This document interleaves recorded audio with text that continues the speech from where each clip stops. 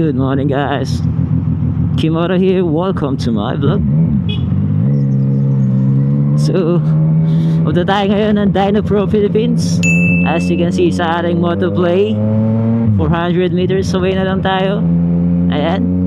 At finally, this is the day that we are waiting for. At dahil makakapag-dyno na tayo with Sir Overdrive Moto, so siya ang magiging tuner natin for today's remap. Ayan. Tapos na ang ating pagiging beta tester sa kanya. At ngayon is the day para i-finalize na ang remap ng ating motor.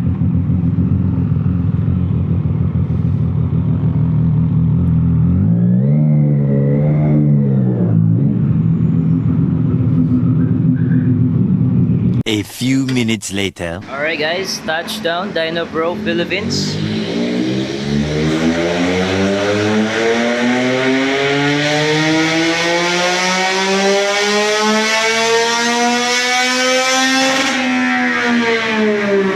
Damn! So may tinutune si the Overdrive na isang MT-09. So yun guys, tapos na ang remap nitong MT-09 SP. Ang laki ng tambucho. Full exhaust.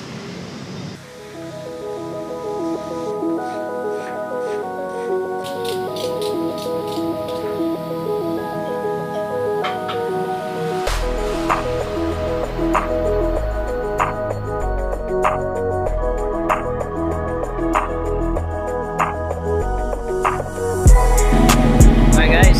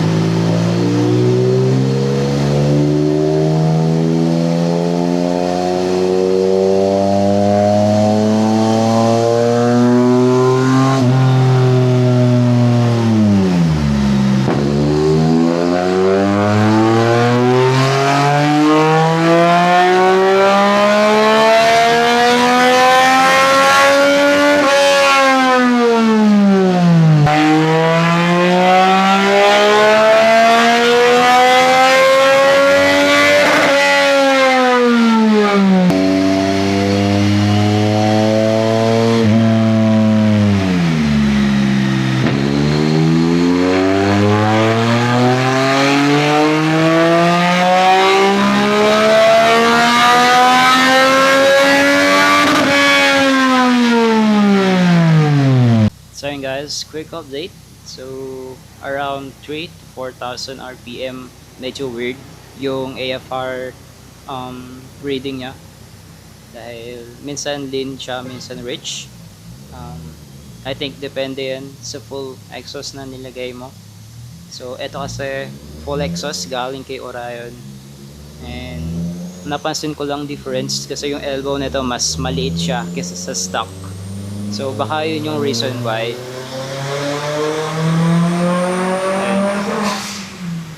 Pero yeah, we'll see kung anong magiging final output na to.